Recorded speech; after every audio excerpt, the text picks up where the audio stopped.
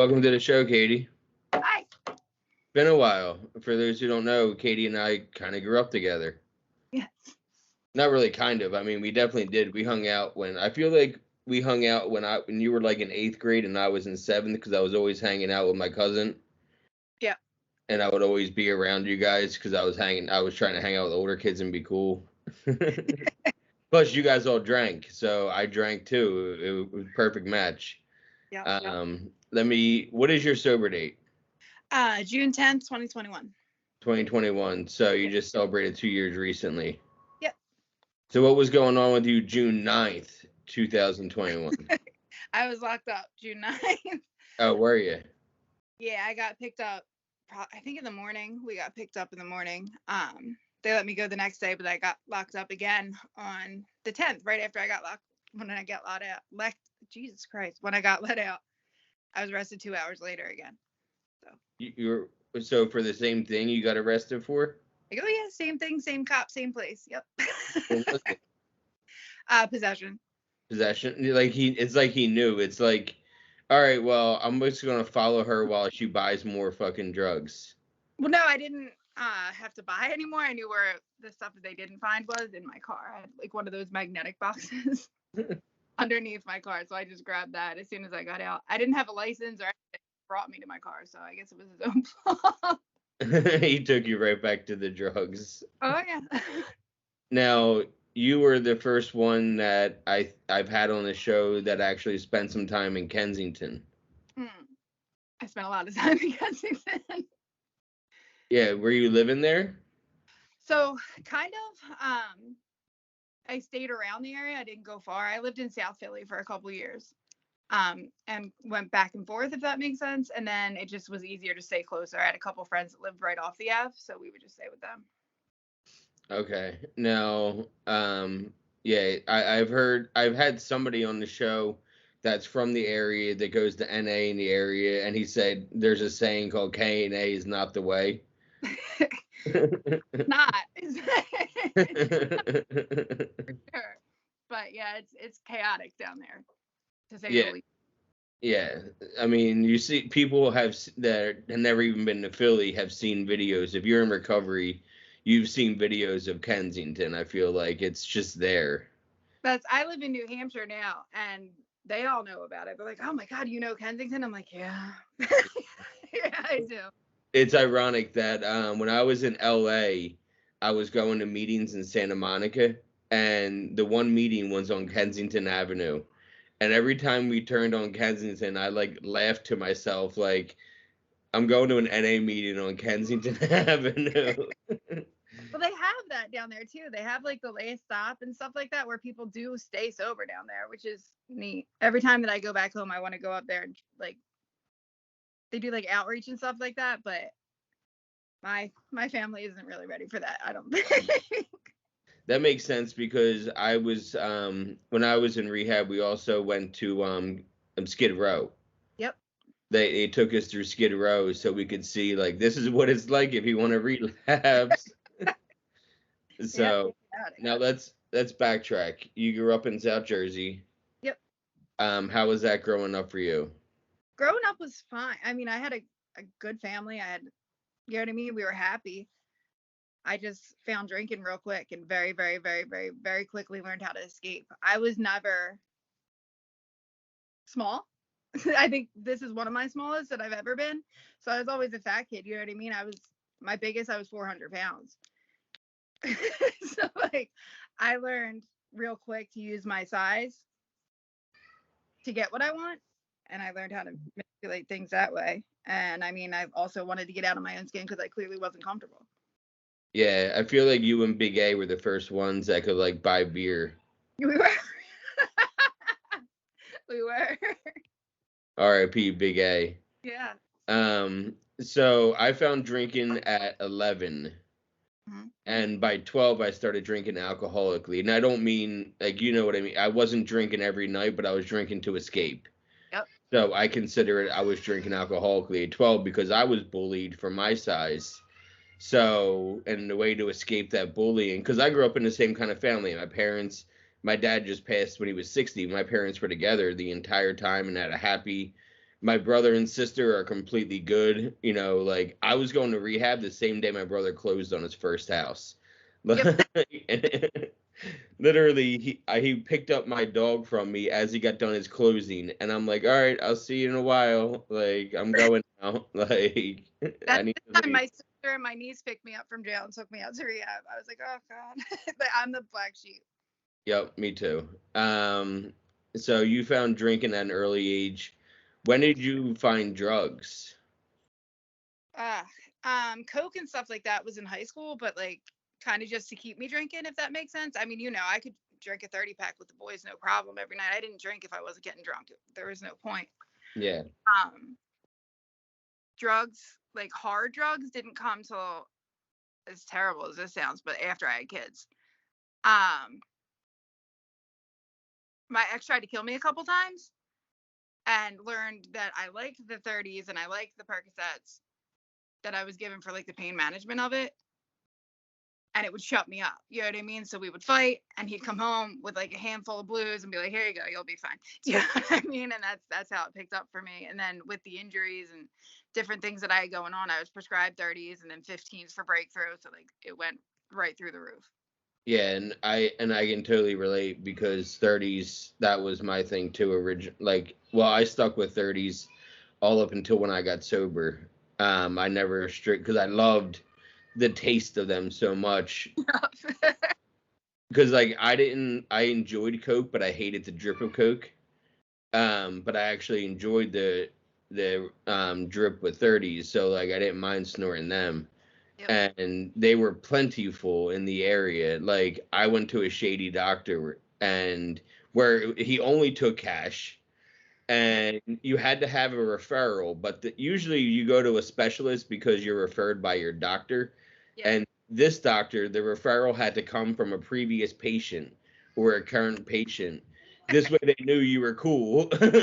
Like and I walked in and I sat down and he was like, "So what's the problem?" And I was like, "I was in a car accident 3 years ago." And he was like, "Okay, what do you want?" I'm like, 120 30s and 120 Xanax. And he was like, "All right, here you go. Have a nice day. See you in 28 days." Yep. And it was just as easy as that, like $150 a visit. And it was cash only. And that's how you know it's shady when the doctor's office only takes cash. No insurance. John, John Mulaney in his most recent special, because he just got sober, he said it was the easiest thing. You look up the doctors in your area, and you find the one that has the lowest rating, and you go to him. And I was like, oh yeah, that's completely true. That's what I did basically. I was referred there from somebody who was already going, and it was easy to get in. Um, when did you make a transition from 30s to dope? After rehab the first time, as crazy as that So sounds, you went to rehab. When did you go to rehab? the first time I went to rehab was 2015.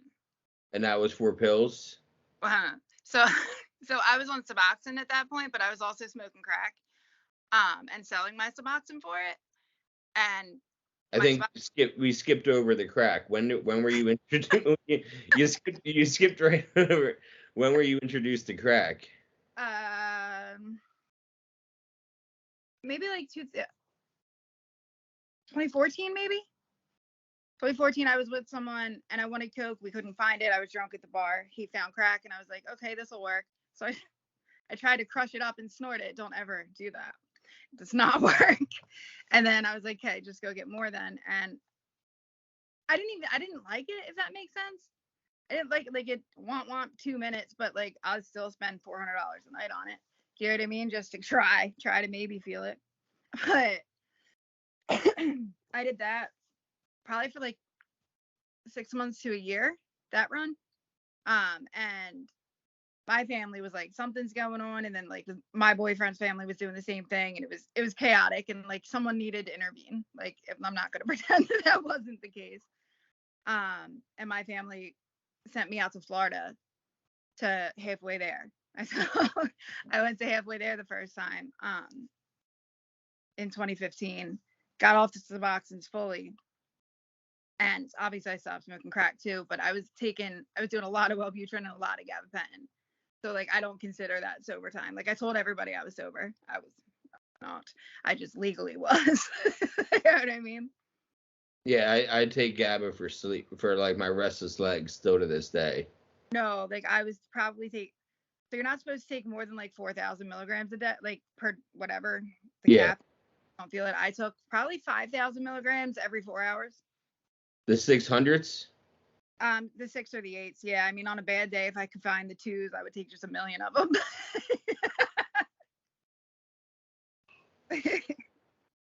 Oh man, so you were on Suboxone too? Yeah, I was on Suboxone for years, probably 4 years.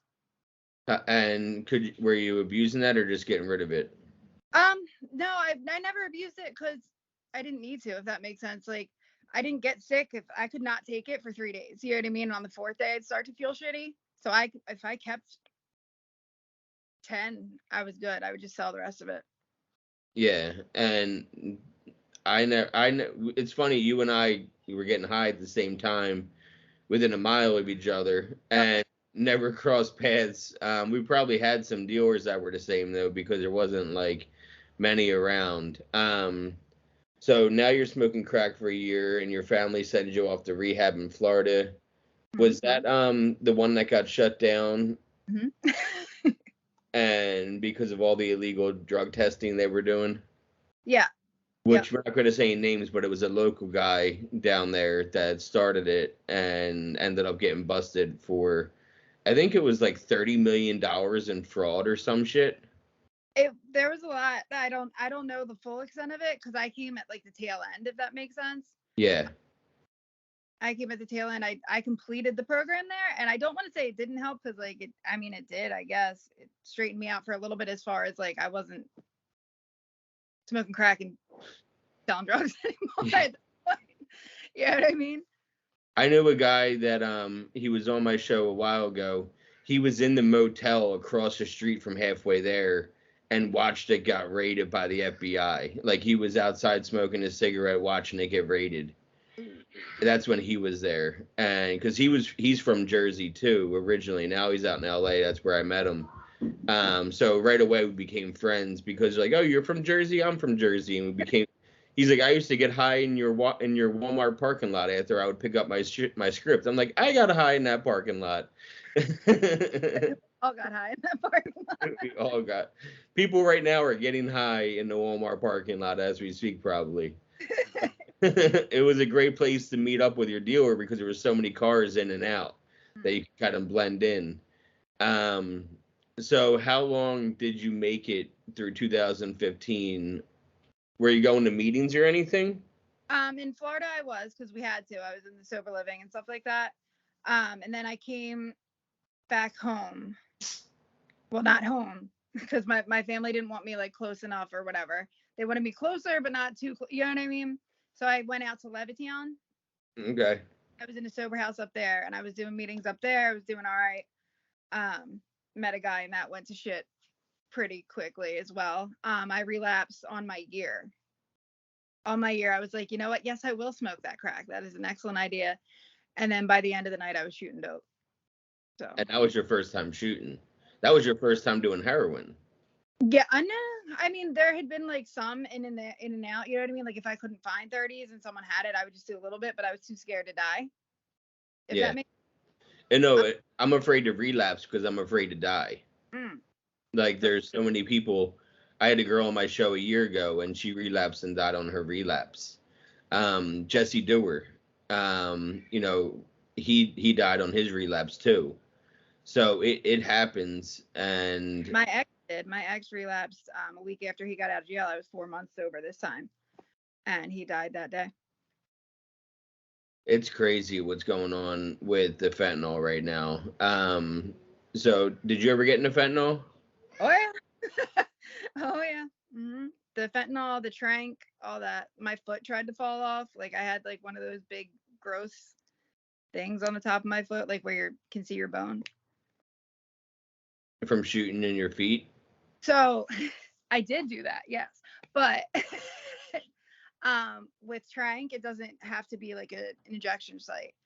It can just kind of be whatever. And it started as like this little, I thought like fell and cut myself. It was just like a little tiny cut. So I just kept putting Band-Aid on it for months.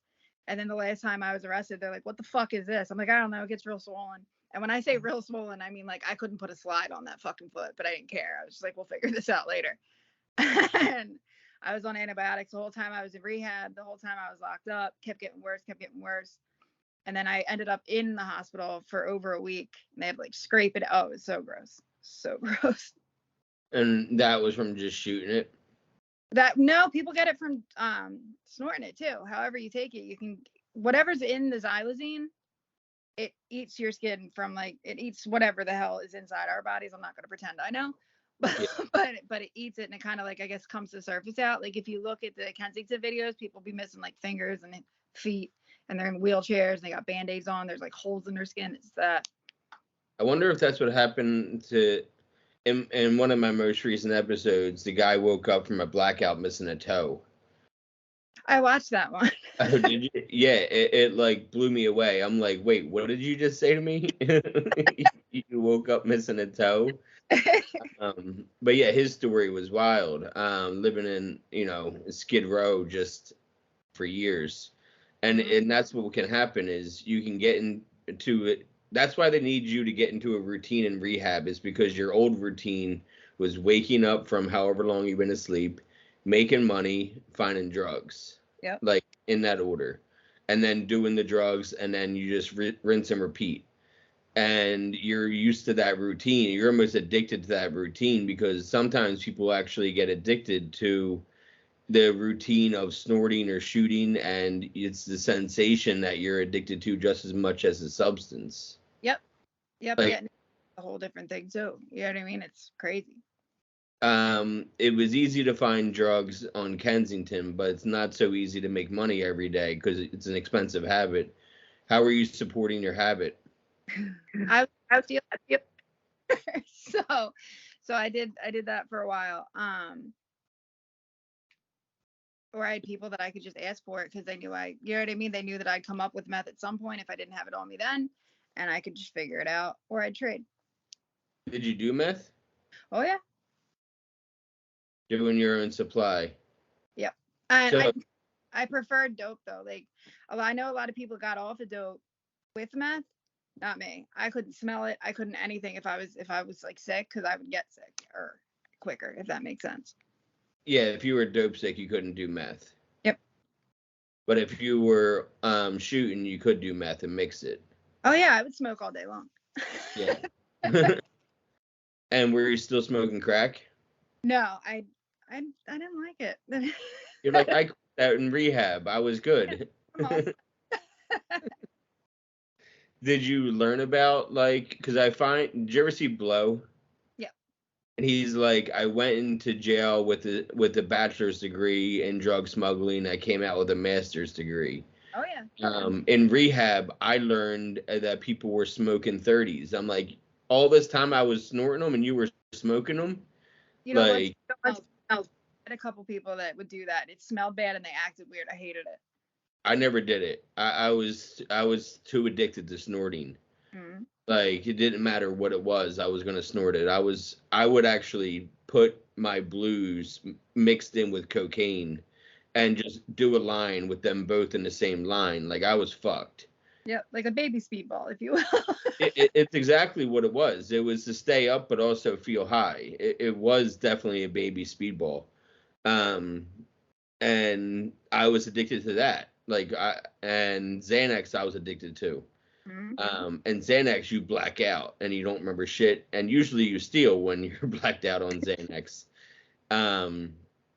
I remember one time I was driving on the turnpike in Pennsylvania, and I was driving from Central PA to outside of what township? Washington Township, 4 times a week, an hour and 45 minutes each way.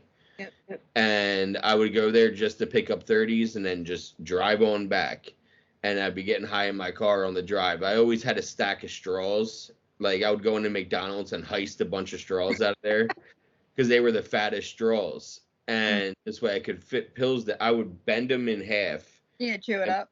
Chew it and then, yep.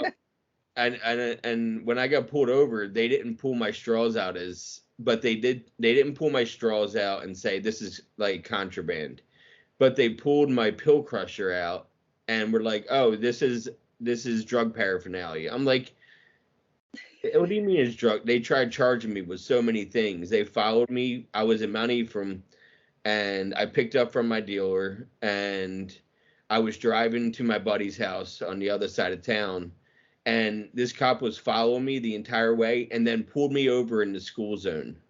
Ah.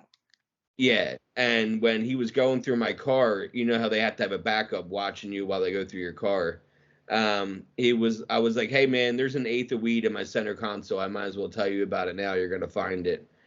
And he was like, "Yep, I see it right here, and you have a bowl, so that's not good for you."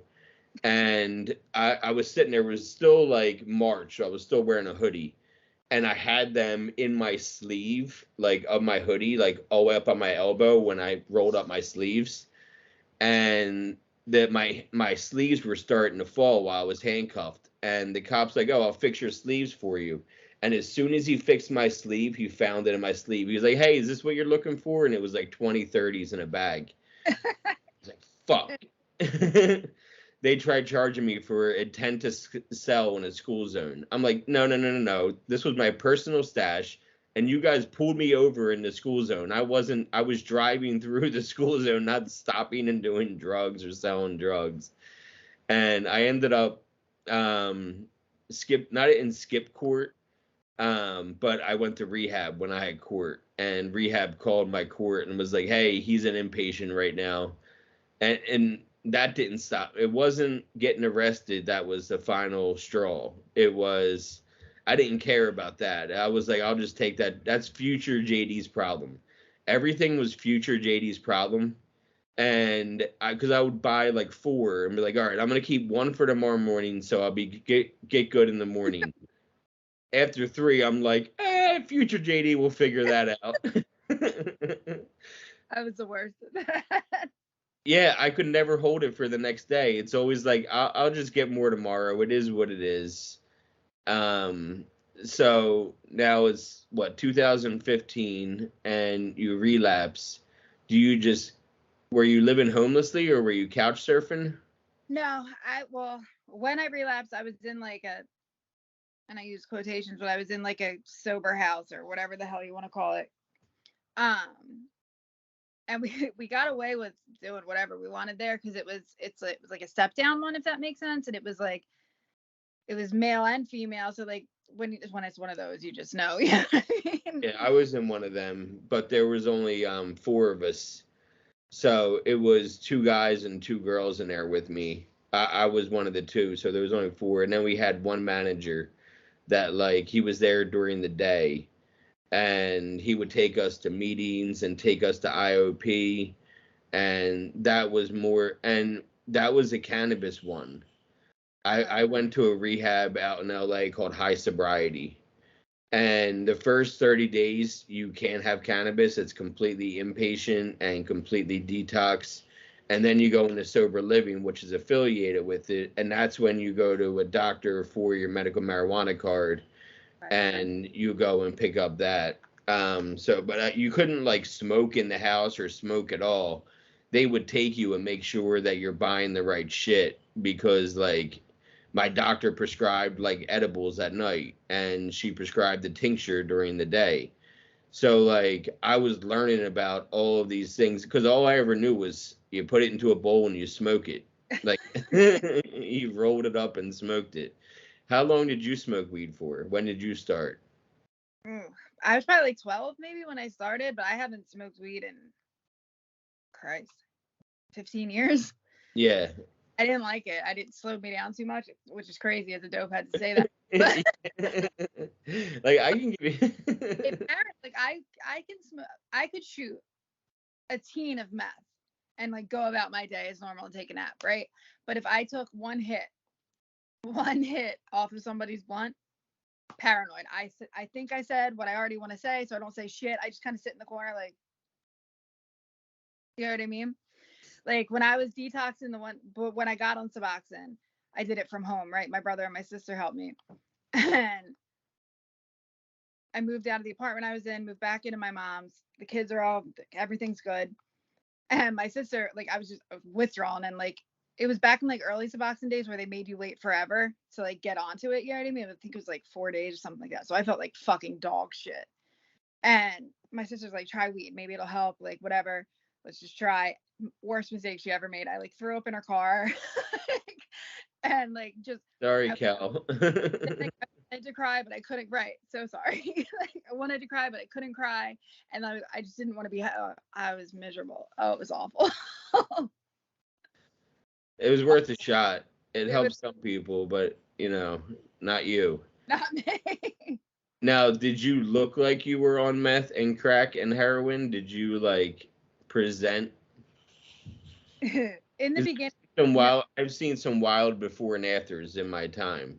I have a while before and after. I'm by the end, I I'm a fighter. I have a large history of domestic relationships, and I'm 6'1", so like I hit like a man. Do you know what I mean?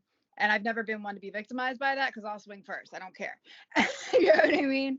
But between the meth and fighting and just like not taking care of myself, I also had I had the sleeve surgery done in 2018, The what? the gastric sleeve. Okay.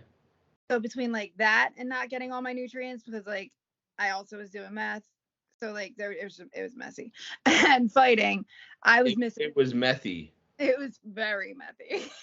I was missing like a decent amount of fucking teeth, like front ones, important ones.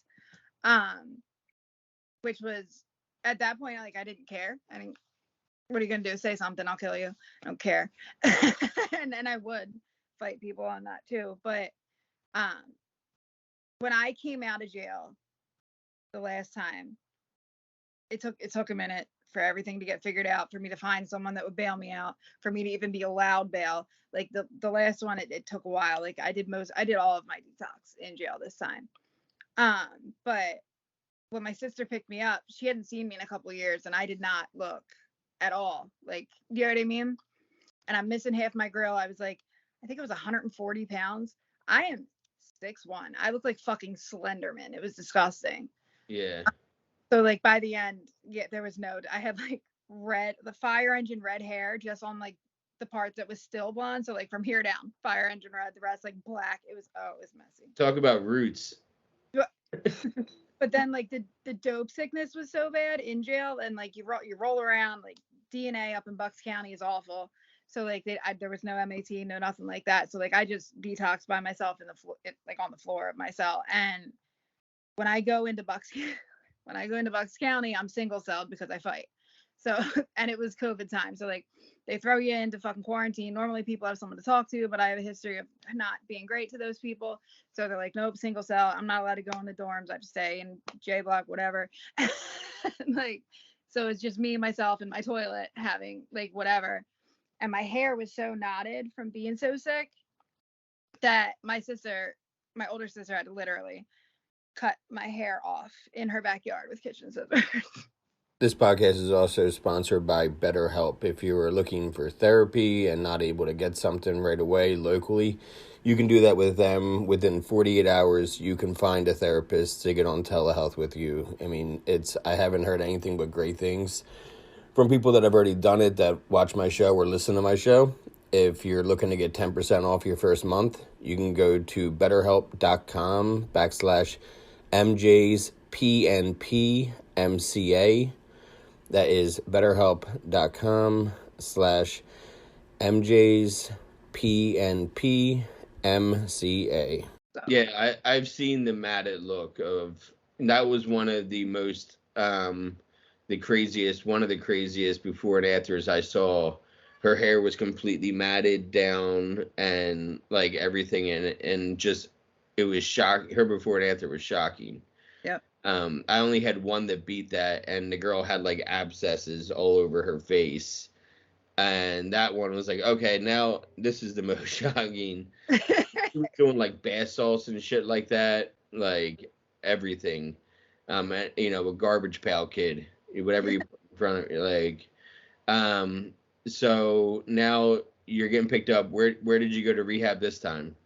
Okay. So while I was in jail, I finally like reached out, like when I was able to be somewhat human again. I reached out to my mom. She wasn't answering. I reached out to my sister because like I don't know, but when I'm getting high, especially now, it's I don't know nobody's fucking phone number. You know what I mean? So like I knew my normal people who would come get me when I got locked up. They're not answering. They're like, yo, bitch, you need to dry out. Like you're gonna die. And I'm like, I don't care. Get me out. Come on. Need to get high. Need to get high. They were like, no, we're not doing it. Whatever. I finally talked to my sister, who talked to my mom, and my sister was like, "Hey, so if I agree to come get you, these are she called it Mary Ellen's 10 Commandments, okay?"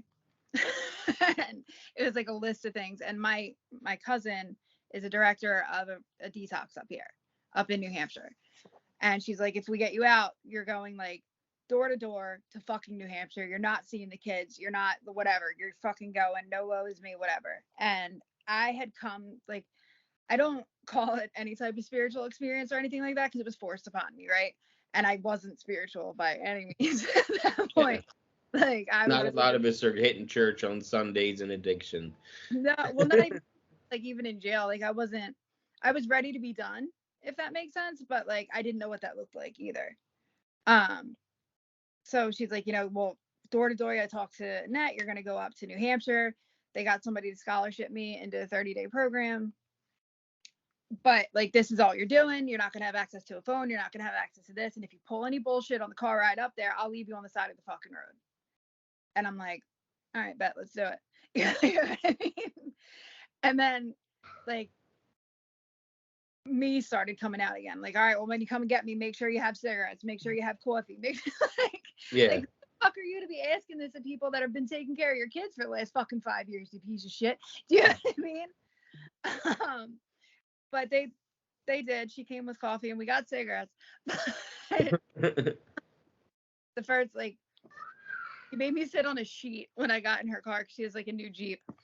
And she made me sit on a sheet because she's like, oh my God, you're disgusting. Like, she made me get like 3 showers. Like, and I was gross. I was fucking disgusting. And my feet were trying to, like, because the one foot got really bad and like tried to fall off actively, but the other foot also had the open shit and like it's all up my legs. I have scars everywhere. And like, since they hadn't seen me since it's gotten bad, they didn't know half the they still don't know half the shit that like I've went through, right? And Well, like, now they know it. huh? Said now they know it. They're watching. Well, no, I haven't said a lot. But I've been like, as I get more sober, like I'm real open with my kids. I'm real open with my family. Like if they want to know, I'm telling them because I don't want, like, if I start slipping, I want them to be comfortable enough to be like, hi, what the fuck are you doing? You know what I mean? And they are. They are. I'll give them that. But I forget what how I got up there. So like they came in, they made me get so many showers, like to the point where like she's like, hi, we're throwing away these towels. We're actually also throwing away everything that you came in. Mommy's going to, like, my mom went to Walmart to get me a bunch of clothes. And like the last time I saw my mom, Christ, I was still huge. You know what I mean? So she went from having to get like, she thought she was getting like 3XLs. And I'm like, hi, I'm an extra small. You know? And I went to rehab with a smorgasbord of clothing that nothing matched. I was a mess. Half my teeth, nothing matched. But when I was driving with my sister and like we're talking or whatever. And I don't know if like my delivery was different, if it sounded like I wasn't trying to be a manipulative piece of shit like I normally am, or like whatever that was. But she's like, well, maybe I'll talk to mommy. Maybe we'll see if you can see the kids before we go. Because at that point, my sister moved next door to my mom, and Kelly lived across the street from my mom, and to help my parents take care of my kids, right? And that's not lost on me. That's not lost on me at all. But at that point, Kelly had moved, I think she moved. But Mary Ellen still lived next door. So she's like, hi, I don't know how we're gonna get you in. They're not gonna recognize you anyway, but like, don't be seen. Do you know what I mean?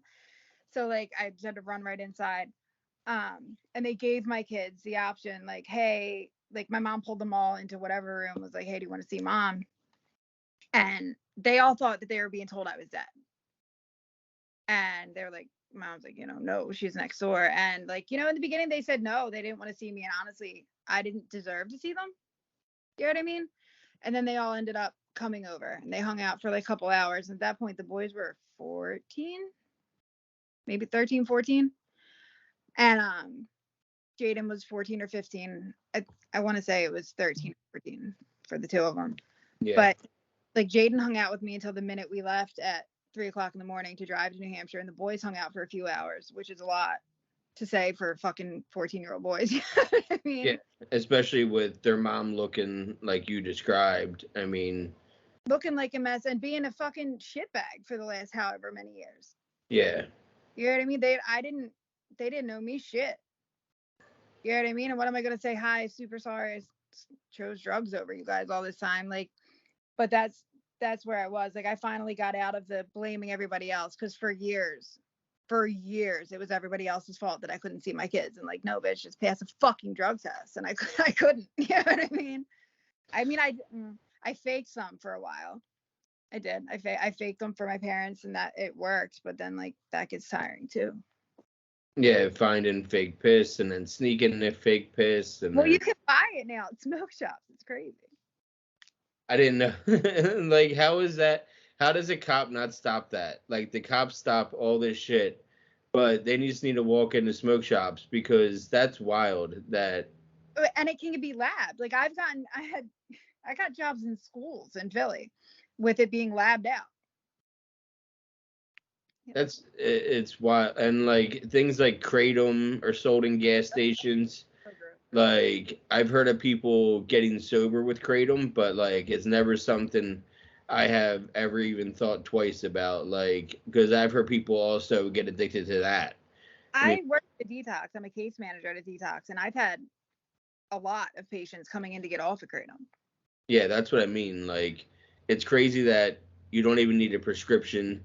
You can walk in and be like, I want this and this and this, and it being like, it's worse than alcohol. It's not worse than alcohol. There's not many things. Xanax and alcohol are the two things you can die from. Were you still drinking? No, I was a waste of money on beer.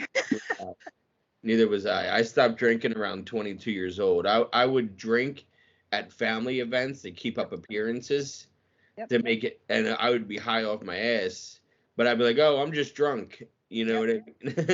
Even though I only had like two. Like, oh, I'm drunk. I've been drinking since before blah, blah, blah. And I would always just blame alcohol. Every time I looked in the high. The car or the bathroom, put something in my arm or in my nose. Oh, yeah, the bathroom was our friend.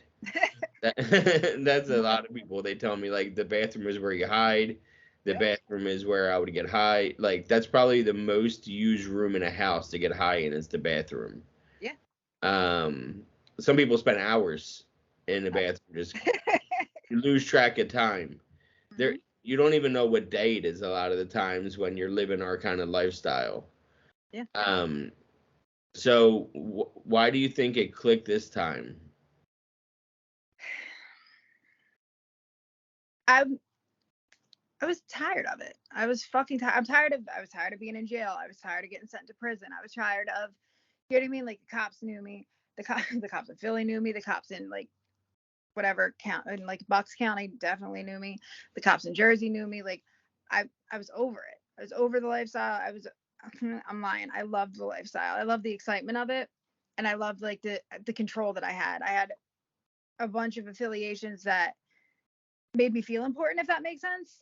Until like I got real bad, then like those affiliations kind of like, hey, you're not very reliable. You know what I mean? But like, I was done. Like, I missed my kids. I missed having some sense of family. Like, at that point, it was me and Mach, and I had a couple other people that were doing the same shit I did, but it was constant drama all the time, if that makes sense. Like, and it was fun sometimes and very not fun in the morning when I'm trying to figure it out. And like, there was a lot of stuff that happened like that wasn't great, right? And like, I'm trying to be sensitive, because I know that like I tell my kids a lot of things, just not everything. I went through a lot of trauma in my life, if that makes sense, and like covered it with what I did and how I did it. And, you know, I felt better about myself with the connections I made or whatever, however I did it. But like, it's not a badge of honor to be like, oh, okay, well, I carry a gun. Oh, okay, well, like I've shot people. Whatever. Like, that's not a badge of honor. That's not something I want my kids to know me for, right? And like, when I was in that mindset, it was like, oh, they know mommy's not fucking around. You know what I mean? And like, no, I don't want my kids to be like, my mom's a fucking, I don't know what it is. My mom's a drug addict and she's Right. like basically homeless. Right. And like, I don't want that. So like, when my sister gave me the opportunity, like I jumped in full and wholeheartedly, and because I did the rehab dance before, you know what I mean? I knew what it was, and when I got up to New Hampshire, like I jumped in and did it. Everything that somebody, like, everything they suggested, I did, right? The only thing I didn't do great with was they wanted to do like PHP IOP, and I'd already done that. It's the same fucking thing I've been doing the last 30 days. The only difference is I have to live with different people, and I was on the scholarship and I knew that, and they wanted me to get like the Medicaid out there so the Medicaid would pay for it. And I looked at the one guy and I was like, yeah, I'll do it. Scholarship me to the program. I'm not getting insurance. And he goes, yo, fuck you. And I'm like, right. Right. Let me go to a sober house. I'm not fucking doing this. And IOP wasn't required to be in a sober house. No. So New Hampshire is different than like the Delray Shuffle. We have a bunch of different sober houses that, like, I'm still in sober living. I ran a house and oversaw a bunch of other houses for 2 years. And I just moved into a different sober house where I'm just a resident and I pay rent and to share a room, which I haven't had to share rooms for the last 2 years. So I was managing it. And like, that's not fun, but it is what it is, right? And I don't know how to explain it. I don't know how to explain it at all, because when I first got out of the car or whatever, walked into the rehab, like, just watching how people move up there or up here is a lot different than in Philly, a lot different than in Jersey. Like, I don't know how I've been the last 15 years. It's like, I'm not going to waste time running my fucking mouth. Like, I'm going to lay you the fuck out or I'm going to walk off. Like, I'm not going to sit here and start yelling at you. And the girls up here, they're not city girls, and they're not, you know what I mean? And they brought me, after I completed the program, they brought me over to my sober house. They're like, oh, we're going to have you in the city. You're going to be in Manchester. I'm like, oh, thank fucking God, I need people. It's a suburb. It's Audubon. It is not a city. There's like one bus maybe sometimes. And like, this is not a city. And I came up here with nothing. You know what I mean? I hadn't had a license for, fuck, I think the last time they suspended it was in 2018. I just got it back fucking last week. Or not last week. Last time I was in Jersey, the 5th. What did you lose your license? Why did you lose your license? I've never gotten a DUI somehow. I don't know how I didn't get that, but I have a whole bunch of driving on suspendeds down there and just not paying tickets. Couldn't tell you, if I'm being honest. I don't know what the last reason was. I know that the last time I totaled one of my cars was like 2 days after, like, they took my license from me, and the cop physically took my license. Was like, Katie, you can't drive. And I was like, I'm not walking. Like, I'm not going to walk anywhere. And I still didn't. I mean, I bought a car in January up here, registered it in my name. I just drove like a grandma for the last 9 months. Yeah. Yep. Sometimes that's what you got to do. There's no buses. I'm not doing it. I'm not Ubering. Nope. Yeah. And Uber doesn't exist in those small towns. Like, no, you will wait for a minute. Yeah. Yeah. Just, there's only like one Uber. Cause like now I live in it like a small, it's bigger than Audubon and Mount Ephraim, but it's more spread out. Yep. There's a downtown that has all the like cool shops and shit. Yep. And it's a college town. So that's like the biggest thing in our area is there's a college where there's 19,000 students or whatever the fuck. But there's no Ubers, there's no Lyft, and there is a bus, but it's only for the school kids. And then you can do a ride share where like you set up, but it's only for like taking you to doctor's appointments. You can't like, go to like CVS with the bus or something like that. Like you need a car to live in this town. Yeah. But it's so much smaller and if you don't count the college kids, the population is less than Audubon. Ooh. So Okay. it's more spread out. Now I live in an apartment complex that's fucking huge. And there's like 10 different buildings in this complex, and it's 4 stories. And because my wife's sick, she has MS. Okay. So she has a walker because she can't really walk that well, and she can't walk on her own. And this place has an elevator, so that's why we picked this place. Okay. And we just moved last weekend, and it's been crazy and hectic, and it was like one of my first significant moves, and that wasn't an addiction, that had nothing to do with addiction, because I moved 30 times in my addiction. All the time. 5 different states. Like Massachusetts, North Carolina, Jersey, Pennsylvania, and then my 5th state was California, but that's when I moved out there to get sober. Yeah. And like you, I was done. I was over it. I went to a McDonald's parking lot in Mount Ephraim, and I called everybody I could call. I finally found somebody that knew somebody, and then I had to give him one for getting me 4, and then I did 2 right away. And I was driving back with 1, and I'm like, what the fuck am I doing right now with my life? Like, you're 31, it's not cute anymore, and this isn't fun. And I went to that, I Googled high sobriety because I saw it in a documentary. So I Googled it as I was driving, and 7 o'clock at night on a Saturday, and somebody answered the phone and talked to me for an hour. And he was like, you come out here Monday. I was like, can you give me until Wednesday, like, to come out there? I gotta like wrap some things up around here. Yeah, I gotta like get right before I come out there. And my mom took me to the hotel the night before I left, and I did drugs in the bathroom of that hotel room for my last, and that was still to this day 5.5 years ago, the last time I snorted anything. And I'm glad, because I put my mom in a compromising position of enabling me, because I had to tell her I'm going outside to meet up with somebody to buy pills, and I need money. And I was like, I'm not going to overdose. I just need enough so I don't get sick, and need one for the plane ride, because it was a 6-hour plane. It's not like you're going down to Florida for 2 hours.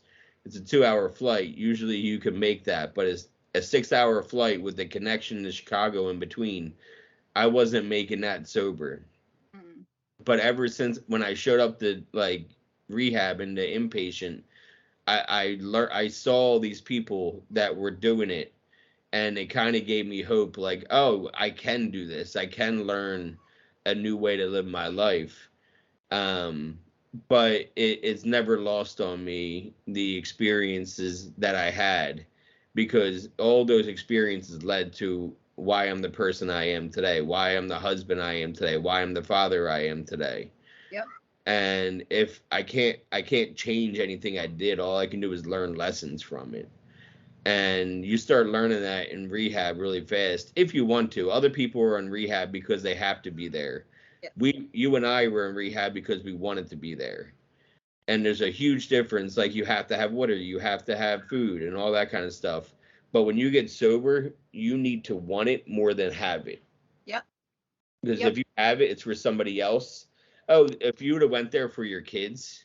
Well, that's what I did the first time. I went so I didn't lose custody, and Yeah, it didn't work because you were doing it for somebody else. If you're doing it for the cops or your kids or for your wife or for your family, it's not going to work, because you're not ready yet in your mind. You're just going to take a break and a vacation for 30 days. Well, and that's where it was too, because I mean, I was court mandated to finish my treatment because they let me leave the state to do that. But like, jail doesn't scare me. Like, jail, I know people there. My friends are there. Like, you know what I mean? Like, I'll be fine. And like, I don't know. And like you said, you were into fighting. Not that you were into fighting, but like you weren't afraid to get into a fight.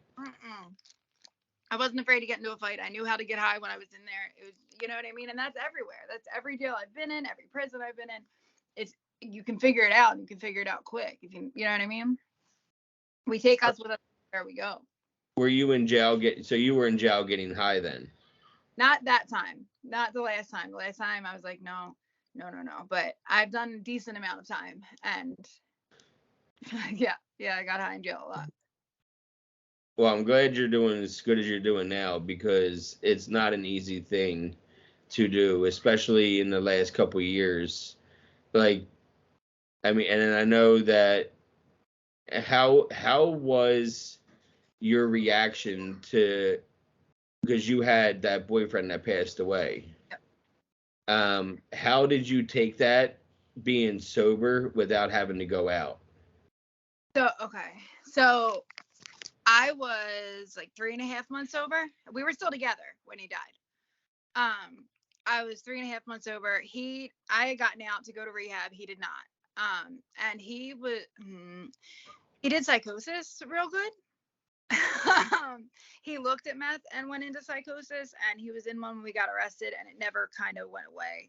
It probably lasted maybe a week in there for him. I was down, we were in the same jail. Obviously I was in women's, he was in men's, and I was down in medical, and he got brought down like shackled, cuffed, and like basically being carried in by the COs. And I'm like, oh, what'd you do? And he tried to kill a CO because he thought I was fucking them in the cell. And I was like, oh, well, you fucked up. You know what I mean? And like they upped his bail. His bail was up to like 75 grand, I think, for that. He ended up beating that charge by reason of insanity because he was that out of his mind. But like, I thought he wanted to come up to where I was. He wanted to come up to New Hampshire, start fresh, whole nine. And I drew a line. I drew a line in early sobriety there, which is, I've had to do a lot of work on this part. I drew a line, like, cause in the beginning, I got him, like, the place that I work for now, the owner of my sober house worked for. And we did like a pre-screen with him from jail. We were going to try to get him bailed out and up into treatment, kind of like I did. And the way that he was talking, I didn't feel like he was ready. Do you know what I mean? And like, that's not I don't get to make that call. I'm not God, right? But like, I to protect myself, I was like, I think you need to get time in the street like I did. And like, if you do good, then I'll bring you up. But I'm not bringing you up here, me being responsible for you. And he was pissed. Oh, he was pissed. And I ended up having to go down. I had to come down to Bucks because they revoked my bail for whatever reason. I had to go turn myself in. So I drove up. He ended up getting out. I worked with him to get him into a sober house up there. He got out the day before my birthday. So October 21st of 2021, he got out. He was supposed to be going to like IOP classes or whatever at the place called Aldi up there in Levittown. In Levittown, they have the place called Aldi. You're supposed to do like the drug stuff for his PO. He was supposed to go. We had gotten into a fight at one point because he went golfing. I'm like, you don't fucking go. What are you fucking do? You don't golf. You're fucking affiliated, you stupid. What are you doing? You know what I mean? So like, I knew something was off, right? I'm like, do you even know how? Like, stop. And so we argued, whatever. And I ended up stopping to see him on my way back from turning myself in. We were leaving to come back up to New Hampshire. I stopped up at a sober house, saw him.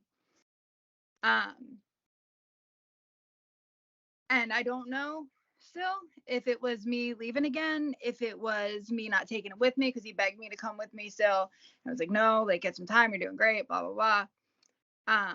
2 days later is when his roommate called me and said, hey, did anybody call you? And I'm like, for what? Because we had gotten into a fight that night. The night before he died, we got into a fight. He said that I said something I didn't say, and then was talking about how he's like, oh, you were over on Moore Street. That's what we had, a house on Moore Street in South Philly. He's like, you were over on Moore with all the fucking neighbors. You're fucking the neighbors. I'm like, what? No, stop it. Yeah, you know what I mean? So we got into it. The last thing I said to him was the peace sign emoji. I literally was like, I love you so much. I can't live without you. Sounds different today. Like, I'm not fucking doing this. I don't deserve it. Sent the peace sign emoji. And it's the last thing I said to him. And the guys at the sober house found him dead on the floor on October 30th. So he wasn't even out for a week. I can say that the prison did not release him with his mental health meds that he needed. Granted, he could have like advocated for himself, so I can't take fault on that. But that was probably the hardest thing, was dealing with the guilt of it. dealing with the, like, if I brought him up here, what could have been, if I, you know what I mean, if I did what I wanted to do, like, but like at the end of the day, if he was up here and he relapsed, I probably would have relapsed with him, right? Or like I would have tried to save him so hard that I would have relapsed with him, because I had, like, I was doing my steps or whatever, but like 3 months clean is is Not like big. it's a ton. 3 months is a huge milestone in those months. 90 days is a huge marker to where you're finally starting to think straight again, and finally able to have some sense to you. Because I've talked to people, I'm like, you feel great at 30, wait till you hit 90. Yeah. You know what I mean? Because especially you're starting to think clearer again, especially if it's alcohol or meth.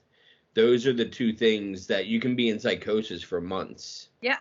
Yeah. And psychosis, I now, like, working in it now, because whatever, like, psychosis patients are my favorite, because I am seasoned in psychosis, and I love it because I love watching the light turn back on.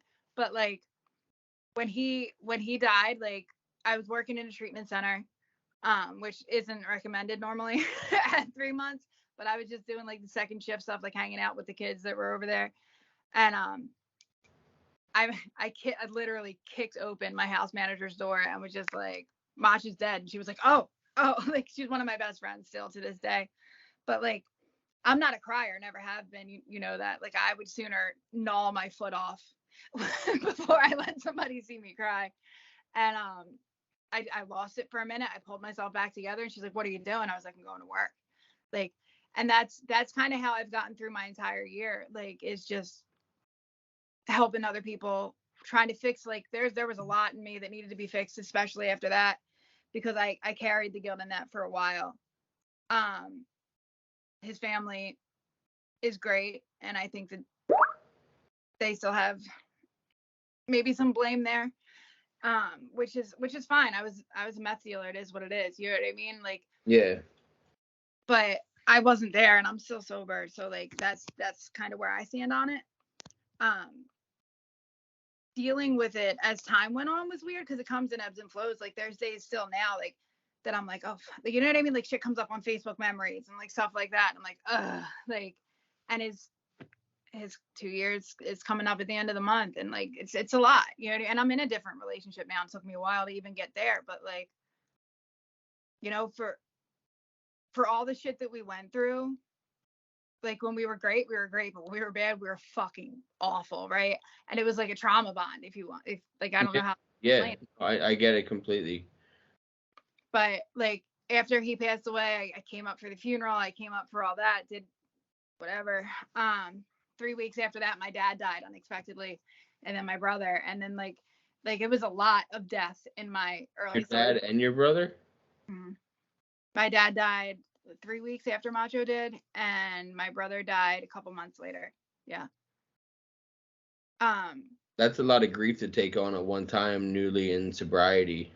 So I have a lot of dark humor. And that's honestly, that's how I go on. Like, it got to the point at my sober house, because like I would get these phone calls and be like, fuck, I gotta go. And like, I'm driving to Jersey or whatever for a funeral or whatever. And they're like, who the fuck died now? And I'm like, I don't know yet. Give me a minute. Like, you know what I mean?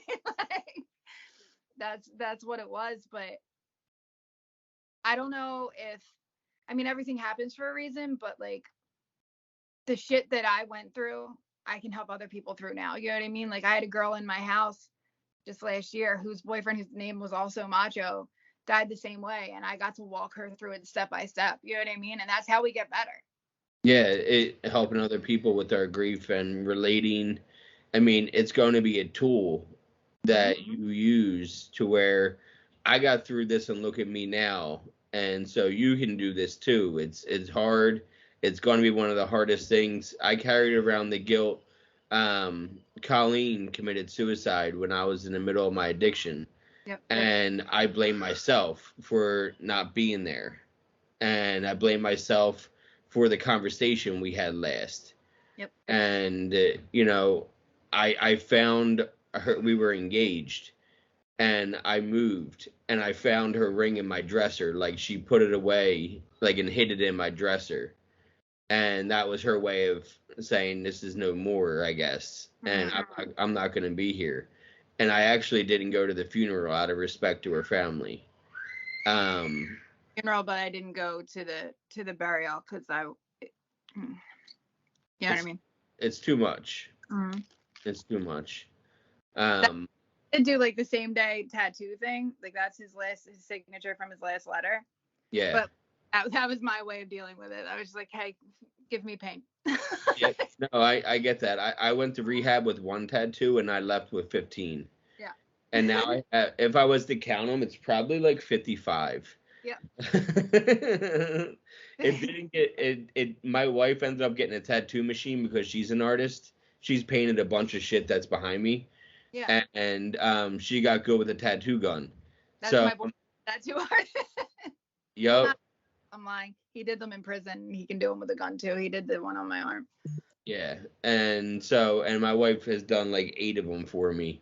Mm-hmm. And then her hands started getting really bad from the MS, and she wasn't able to hold the machine as it like zzz, zzz. So but yeah, I totally get that. I'm glad you're doing good now because like I said, like we grew up in the same circles and we had the same friends and we had the same family life. Yep.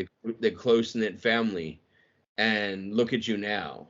Like, and look at me now. And I hope it gives other people hope when they see us talking like, oh, I can get that, because there's a lot of people that I'm friends with that are still in active addiction that I might hear from them on my birthday, or I'll text them on their birthday. Like, hey, hope you're doing good.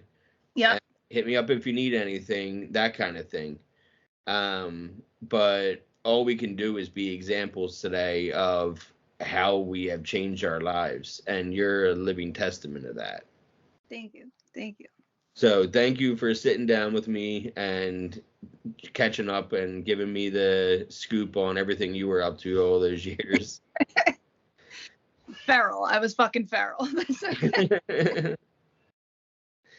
Well, I will talk to you later. Thank you again, Katie. Thank you. All right, bye. Bye.